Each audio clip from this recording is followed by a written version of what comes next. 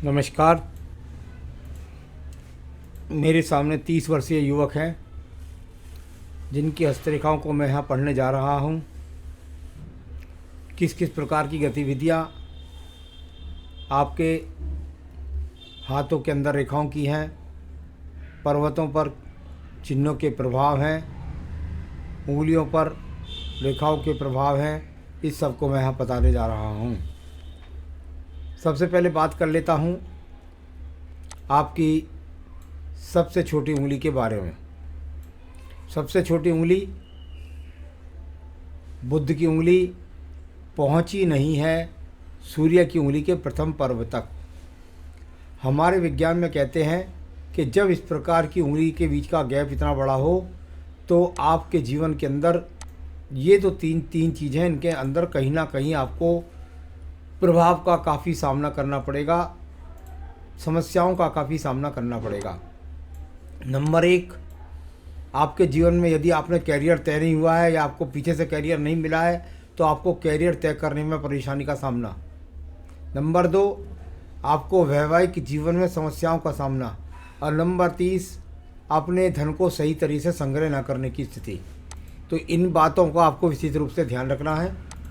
Number दो, यहाँ पर आपकी अगर बात करता हूँ मैं उंगली के प्रथम पर्व के बारे में। ये मानसिक पर्व है और मानसिक पर्व पर जब ये रेखाएं हो जाएं तो ये अच्छी नहीं कहलाती। इसका कारण क्या होता है, आप अपनी बुद्धि पर स्थिर नहीं रह पाते, आप अपने फैसलों पर स्थिर नहीं रह पाते, आप अपने सामाजिक व्यवहार के अंदर स्थिर नहीं रह पाते।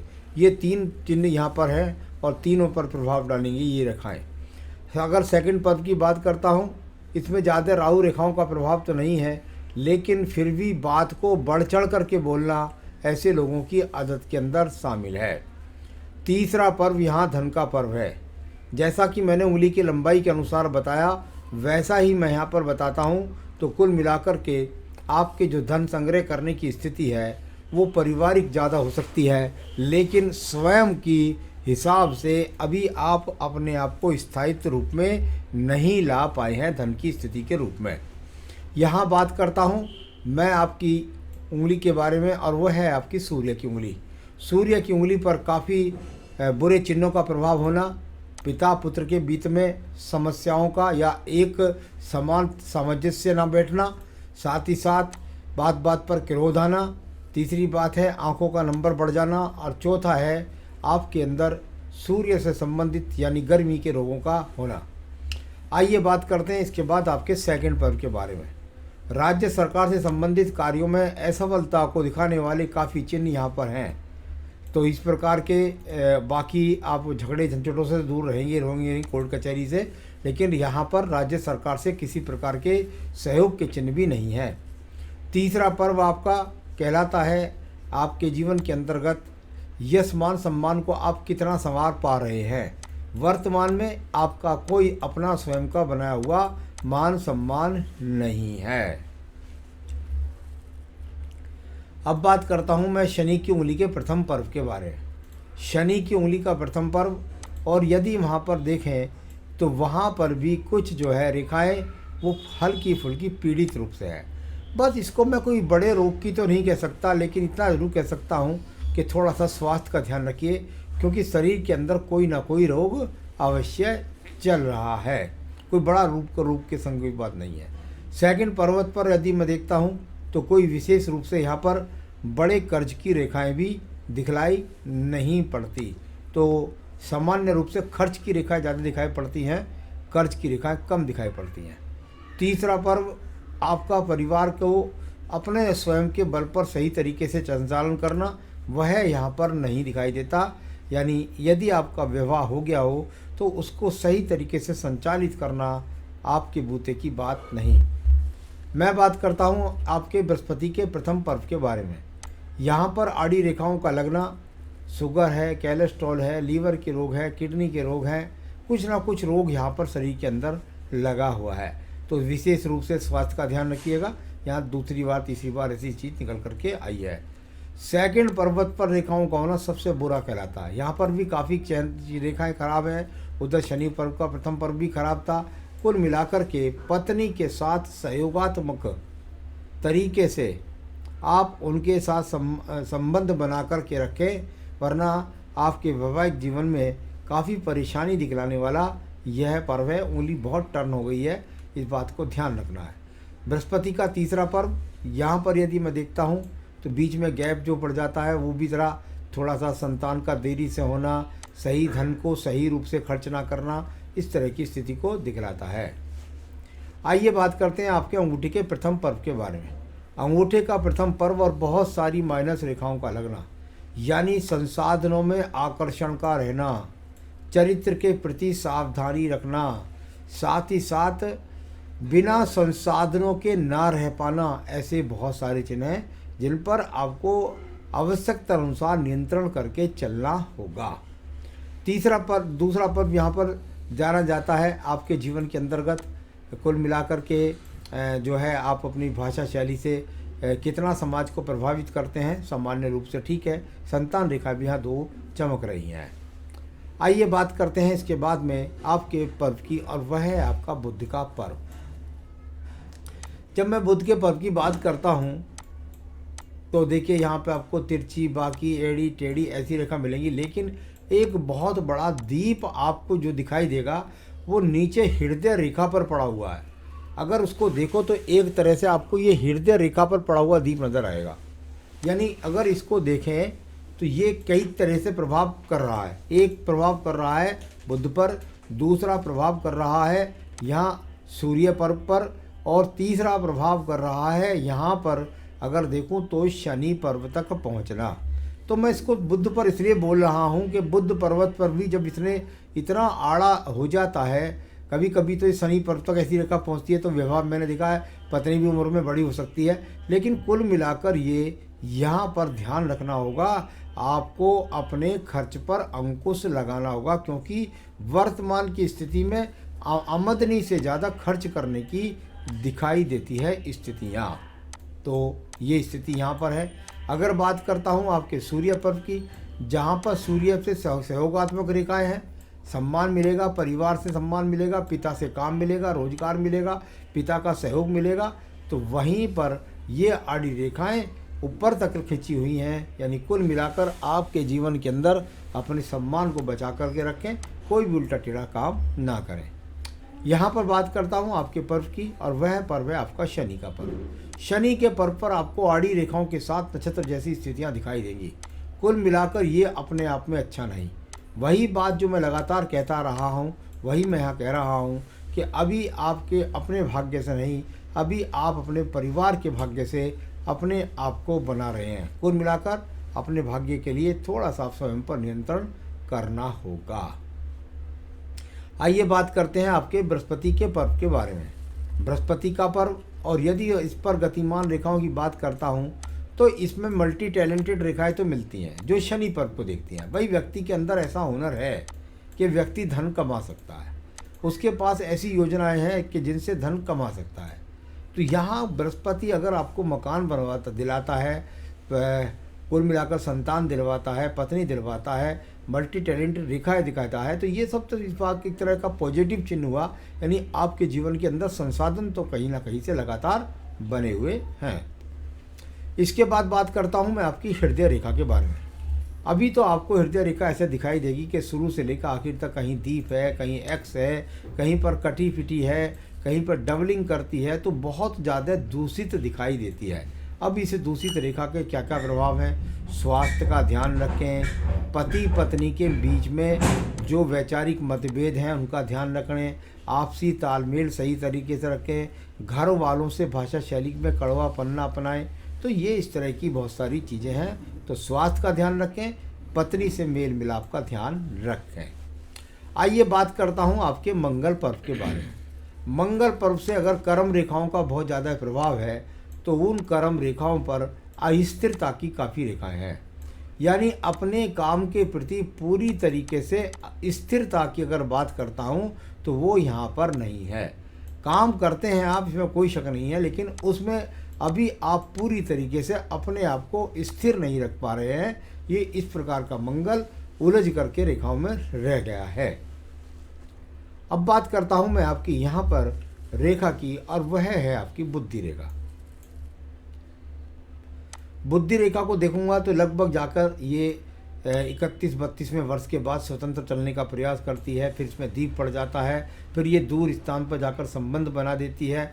तो कुल मिलाकर व्यक्ति के व्यापार ऐसा हो जिसके अंदर सप्लाई जैसा माध्यम हो, या व्यक्ति नौकरी करे तो घर से दूर जाकर करे, लेकिन उसके अंदर जब ये दीप पड़ जाए तो ये अच्छा संकेत नहीं। और साथ ही साथ ये बुद्धि रेखा चलती है बहुत बड़ा गैप बनाकर, आयु रेखा से इतनी दूर है कि व्यक्ति को अपनी भाषा पर नियंत्रण नहीं रहता। व्यक्ति का पत्नी और पति के बीच में तालमेल को बहुत खराब संबंध दर्शाने वाली स्थिति यहाँ भी नज़र आती है, जो आयु रेखा और उसके बीच में पड़े हुए बहुत सारे एक्स के चिन्ह है। तो ये स्थिति यहाँ भी दिखाई दी। विवाह देर से हो व्यक्ति का, और हो जाए तो फिर चले नहीं, इस तरह की स्थितियाँ।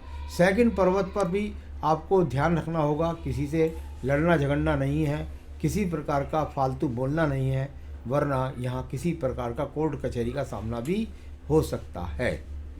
आइए बात करते हैं इसके बाद में आपकी यहाँ पर, और वो है आपका चंद्र पर्वत। चंद्र पर्वत पर बहुत सारी गतिमान रेखाएं हैं। जब इतनी सारी गतिमान रेखाएं हों तो व्यक्ति, ऐसी बात नहीं है, विदेश जाने की रेखाएं भी बनने को तैयार हैं, वो भी आप जीवन में चले जाएंगे। नीचे से निकलने वाली रेखाएं भी हैं, ऊपर से निकलने वाली रेखाएं भी हैं। बहुत व्यक्ति लग्जीरियसता के प्रति आकर्षित होता है, केतु से संबंध भी है। यानी कुल मिलाकर के आपके जीवन के अंदर आप सैर सपाटा भी करते हैं, घूमते भी हैं, और कुछ खान पान गलत है, कुछ गलत लोगों की संगत है, ऐसे भी काफ़ी संकेत यहाँ चंद्र पर्वत से नज़र आते हैं। देखिए, जो मुझे हाथ में दिखलाई पड़ता है मैं उसको बोलता हूँ, मैं उसमें ये नहीं करता कि किसी को चापलूसी शब्द बोल करके उसको भ्रमित करूं। एक बहुत बेहतरीन रेखा की बात करता हूं। मैं कितनी बार बोलता हूं भाई, सारे हाथ में कोई रेखा हो ना हो कोई बात नहीं है, लेकिन अगर बुध रेखा स्पष्ट है तो ये बहुत बढ़िया संकेत होता है। यानी आपके जीवन में शुक्र से निकली है, यानी पत्नी अगर आए तो अच्छे परिवार से आए, नंबर 2 सुंदर आए, नंबर 3 व्यक्ति अपने जीवन के अंदर उसके पास धन की परेशानियों का सामना नहीं होता, व्यक्ति अच्छे सा लग्जरियस जीवन में रहता है इन अकेली बुध रेखाओं के कारण। तो ये अपने आप में जहां आपको व्यापार से धन के अच्छे आगमन दिला देंगी, तो वहीं थोड़ा सा ध्यान रखना है बस आपको अपने खर्चे पर और अपनी संग साथ या चलन पर। इसमें सूर्य रेखा का संबंध भी है, इसलिए मैं बार बार बोल रहा हूँ कि पैतृक संपत्ति से व्यक्ति के जीवन के अंदर जो है कुछ भी अच्छे संयोग योग। साथ ही साथ आपका एक यहाँ सूर्य पर्व का संबंध बताया। अब बात करते हैं आपकी यहाँ पर भाग्य रेखा के बारे में। भाग्य रेखा, और ये यहाँ से चलती हुई लगातार गई और ऊपर भी आगे चलती रही। भले ही इसको बहुत सारी रेखाओं ने काटा है बीच बीच में, पर ये जो है अपने आप में यहाँ पर बिल्कुल निश्चित रूप से बताती हैं। इतनी सारी आड़ी रेखाएं काटे हैं तो भाई व्यापार तो लगातार चलता रहे, काम तो लगातार चलता रहे, लेकिन उसमें स्थिरता रख पाना आपके लिए मुश्किल है। तो ये थोड़ा सा इस तरह का यहाँ पर स्थिति, ये 30 वर्ष से पहले की भाग्य रेखाएं ज़्यादा स्थिरता को दिखला रही हैं। हालांकि साथ में एक सपोर्टिंग भाग्य रेखा ऊपर तक जब जाए तो व्यक्ति के साथ में उसकी कहीं ना कहीं साधन लगातार बने रहते हैं। तो भाग्य रेखा को बहुत सारी रेखाएं भी काट रही हैं, ऊपर नीचे अप डाउन का सामना चलता रहेगा जीवन में, लेकिन फिर भी भगवान की कृपा से किसी के सामने हाथ पसारने की स्थिति शायद न आए अगले 5 सालों तक। आइए बात करते हैं इसके बाद में आपके यहाँ पर मंगल रेखाओं के बारे में। मंगल रेखाएं हाथ के अंदर टूट करके रह गई हैं, ये कोई अच्छी सपोर्टिंग बात नहीं है। यानी अगर आप ये सोचेंगे कि भगवान आपको बचा लेगा, आप गलत काम करेंगे, तो ऐसी स्थिति यहाँ पर नहीं है। यहाँ पर शुक्र पर्वत में बहुत ज़्यादा बेल पड़ गई हैं। संसाधनों को संभाल करके रखें, ये मैं आपको बार बार पूरे अपने जो एपिसोड बोल रहा हूँ उसके अंदर लगातार कहता रहा हूँ, क्योंकि पैतृक समस्या की समस्या नहीं है। पैतृक संबंधी प्रॉपर्टी मिलने का या पैतृक संबंधी व्यापार मिलने का, ये तो सब अच्छे संकेत हैं, लेकिन कुल मिलाकर उनको संभाल कर चलना ये अच्छी बात नहीं दिखाई देती। आयु रेखा की अगर बात करता हूँ तो ये काफ़ी अच्छी आयु रेखा है, इसकी मुझे कोई दिक्कत नहीं है। ये तो 77-78 वर्ष की आयु रेखा से कम तो है ही है। तो ये यहाँ जो पैतृक समस्या की रेखा, पैतृक पक्ष से रेखाएं निकलती हैं बहुत सारी, इनमें परिवार के लोगों से लड़ना झगड़ना, परिवार से संपत्ति तो मिलना ही मिलना है, लेकिन उसको संभाल कर सहेज कर रखना, ये अच्छे संकेत दिखाई नहीं पड़ते।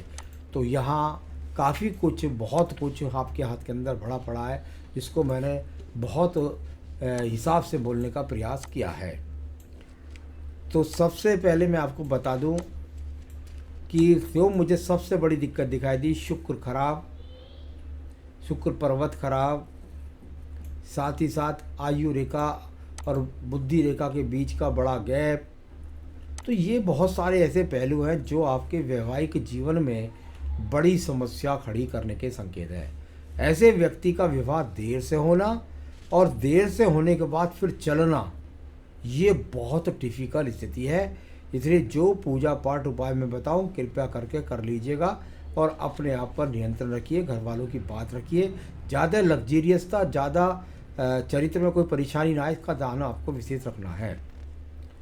दूसरा, धन की स्थिति को आप पूछ रहे हैं। धन की स्थिति की प्रॉब्लम नहीं है, सवाल है धन की स्थिति को संभाल कर रखना, वो आपके लिए डिफ़िकल्ट है। तो उसको संभाल कर रखिए, धन की प्रॉब्लम कोई नहीं आएगी। क्या बड़ा आदमी बन पाऊँगा? देखिए, बड़ा आदमी बनने का अगर 5 साल की बात करते हैं तो अभी मैं सिर्फ हंसरे का 5 साल तक बोलता हूँ। इससे फालतू बोलकर किसी को बनाना या डराना, ये मेरा काम नहीं है। मेरे हिसाब से इस हाथ में कोई कमी नहीं है, सिर्फ आपको बहुत सारी रेखाएं उनको कम करना है और उनके प्रभाव को कम करना है। तो जो पूजा पाठ मैं बता रहा हूँ उसे कर लेंगे तो बड़े आदमी तो आप आज भी हैं और कल भी बने रहेंगे। घर पर सबको खुश कर पाऊँगा या नहीं, ये बहुत मुश्किल काम है आपके लिए। सबसे ज़्यादा अगर टिपिकल काम है तो पूरे हाथ में लगातार मैं बोलता रहा। आपका इस सवाल मेरे पे बाद में आया है, इससे पहले ही मैंने एपिसोड बोल करके शुरू कर दिया था आपको बताना कि घर पर सबको साधना, पत्नी को साधना, पिता के साथ साधना, सामान्य रूप से रहना, रिश्ते बना करके रहना परिवार के साथ बहुत टिपिकल है आपके लिए। तो जो स्थिति है सबको खुश कर पाएंगे, थोड़ा सा पूजा पाठ कर लीजिए, हो जाएगा सब नियंत्रण। फायर ऊपर पहनिए इस उंगली के अंतर्गत, जो आपको वैवाहिक जीवन में काफ़ी कुछ सहयोग देगा, आपकी प्रतिष्ठा बनाने में, आपके धन के आगमनों को लगातार बनाने में, संतान सुख सहयोग देने में, अच्छा स्वास्थ्य रखने के लिए। तो फायर ऊपर आप चाहें तो मुझसे मंगा सकते हैं, मैं आपके स्थान तक पहुंचा सकता हूं। दूसरा, रुद्र गायत्री मंत्र के 3 माला का जाप करें रोजाना कम से कम रुद्राक्ष माला से, अगर इन बुरी रेखाओं का प्रभाव खत्म करना चाहते हैं तो।